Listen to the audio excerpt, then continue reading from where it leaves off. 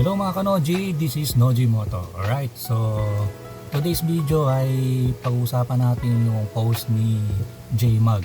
Yan. Sino na hindi nakilala kay J-Mag? J-Mag na motovlogger na yung merong motor na Rusi Flash 150X. Yan. Yung medyo kargado. Ano to napansin ng mga otoridad, mga HPG. Yan, ewan ko, pati LTO yata napansin yata ang mga content ni J-Mag. Yan. Medyo dumakot na naman tayo sa kanyang post tungkol dito sa kanyang motor na Mio Sporty o Classic Mio Sporty na classic street bike. Ang sabi niya rito sa kanyang caption ay 1 million build Mio unit by JRC Build. Ano sa tingin niyo dito mga kasibak? Alright. So bali sa video ito ay tingnan natin yung bawat detalye itong motor na ito. Yan. So disclaimer to mga kanoji, yung lingkod ay di naman masyado kabisado tungkol sa street bike. Sa mga konting kaalaman lang tungkol dito sa konseptong street bike, yung mga piyesang mga nakakabit dito. So yung mga kanoji, so dumako tayo dito sa motor na ito. Yan, kung nakikita itong Mio, classic Mio na sporty, na classic street bike. Maganda tindig. Itong tindig nitong classic Mio na to as classic street bike project. Yan. Siguro sa category, nasa isang motor show siya ay sinali itong unit na ito, itong classic Mio na classic street bike. Yan. So tingnan natin yung mga bawat detalye itong motor na ito. Alright. So dito tayo sa gulong. Hindi ko lang makita masyado yung kanyang rim. Ayan, yung rim niya, yung harap likod. Siguro ay murad. Ayan. Tapos yung gumamit siya ng chrome spokes. Ayan. Tapos may yung doon sa chrome spokes niya, doon sa may nibble, parang titanium. Yan, titanium na nibble. Tapos maybe di ko nakita yung kanyang front hub. Siguro gumamit siya ng small hub. Yan, tapos sinamahan ng CNC disc brake adapter. Yan. Yan.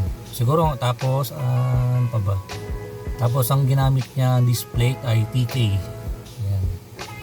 TK Racing. Tapos ito sa front shock niya, hindi ko ma-identify, siguro mga aftermarket lang na hindi ko sure aftermarket na front shock na lighten. Yan, okay naman so far, okay naman, malinis naman kung titignan. Malinis siya at medyo makinis yung detalye niya. Tapos dito sa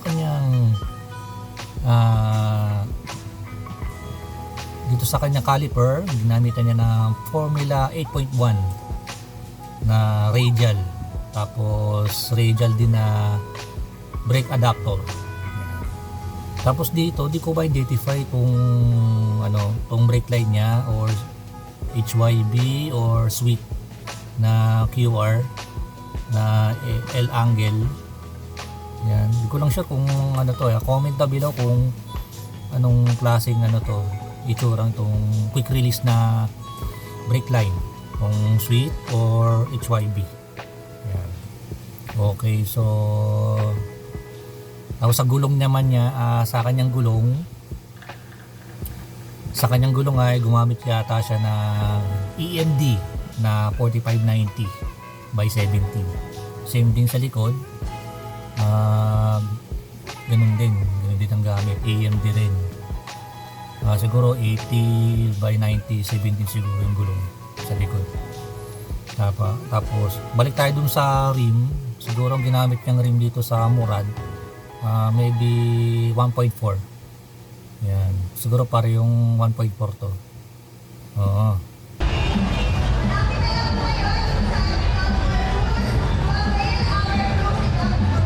Dito sa pipe niya, di ko malabo kasi yung camera Nakapokus dito sa yung camera kasi nakapokus dito sa sa bahaging harapan ng motor ng Mio. Hindi ko sure kung ano to, NLK o KOU. Yan, parang full teeth na pipe. Mga ano to mga ganitong pipe na ano yan mga pang pwede pang ano to mga pang baragan sa mga loudest pipe competition. Pwede yan. Yan, hindi ko lang sure kung ano to, kung NLK o KOU ang ginamit ito sa kanyang pipe. Yan, full teeth yan. Yan. Tapos yung sa bandang likod, napansin ko yung yung rear hub niya na lighten. Siguro 5BB.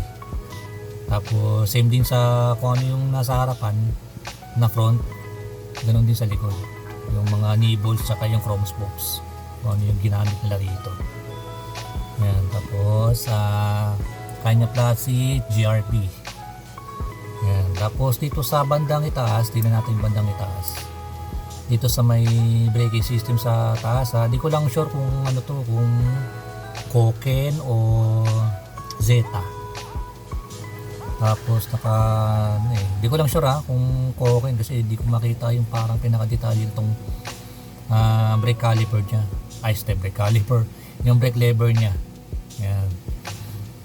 Tapos yung quick throttle niya, pwede Brembo o Magura, pwede din. Kasi ganyan itsura ng Magura eh. Yan. Tapos yan, may mga konti detalye, may mga lighting dito sa may bandang batok, dito sa may engine part. Yan. Hindi ko lang sure kung tong makina niya, tong detalye ng kanyang makina ay kung 4 valves, big valves, kasi nakikita ko yung parang black niya. Siguro maybe big valve ang specs ng kanyang makina. Hindi ko lang sure kasi malabo yung camera eh. Yan, tapos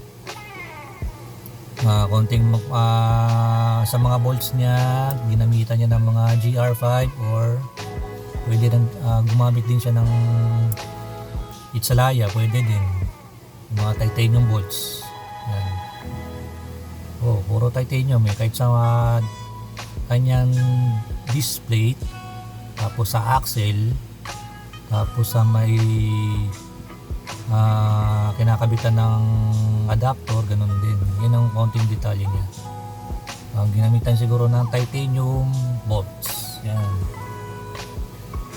Okay, so kung napapansin itong Mio na to, isa sa mga trip ko din kulay dito itong light brown o may pagkakape na glossy. Maganda to maganda rin ewan ko lang kung anong color code nito bihira ka lang makakita ng itong kulay dito sa mga itong motor sa Mio, tapos ganyan ang kulay, bihira yan di ko naalala ko lang, may nakita ko dito sa isang motor show dito sa Valenzuela. Hindi ko lang sure kung kanino yun. Malamang sa na-vlog ko dati na taga Genti de Leon sa taga Valenzuela. Ganyan na rin ang kulay niya Pero di ko lang sure kung anong color code yung tong kulay niya, tong Mio. Yan. So kung ako tatanungin mga kanoji, based sa caption ni Sir J Mags, sabi daw ay 1 million build itong classic na Mio Sporty na classic street bike project. Yan. Kung ako tatanungin mga kanoji ay di naman to aabutan ng 1 million itong build na to. Ayan. Kasi sa akin lang opinion ko lang dito, di aabot to ng 1 million build to. Or siguro maybe mga nasa 50 to 100k ang ganitong ginastos dito sa motor na ito, itong build, itong Mio na to. Alright, so yun sa palagay ko mga kanoji na ganun yung yung titingnan ko talaga, di aabot na ng 1 million. Yan. Nakalimutan ko lang yung dati yung 1 million build na Mio hindi ko lang maalala, di kakadito yun nakalimutan ko yung pangalan yung talaga malupitan yun, yung Mio Mio 4 yan, Mio 4 na build na 1 million halos na ginastos. Yan. So mga kanoji, so hanggang dito aking video. Maraming salamat sa konting oras, sa konting usapan dito sa post ni J Mugs. Yan. Actually matagal na ako follower dito kay J Mugs. Yan. Yung mga content niya na mga puro pangharabas, racing, tapos mga konting mga builds, mga tungkol sa makina upgrades. Yan. Okay, so yun ang video na to. Sa mga gusto kumuha na idea, tingnan nyo lang tong video ito, tong detalye itong motor na ito. Alright. Okay mga kanoji, so maraming salamat sa inyong panonood at asensya na mga kanoji, medyo madalang tayo mag-upload ng mga itong content. At so tuloy-tuloy lang. Alright, so maraming salamat sa inyong panonood. Ingat parati sa labas. Right, si palagi.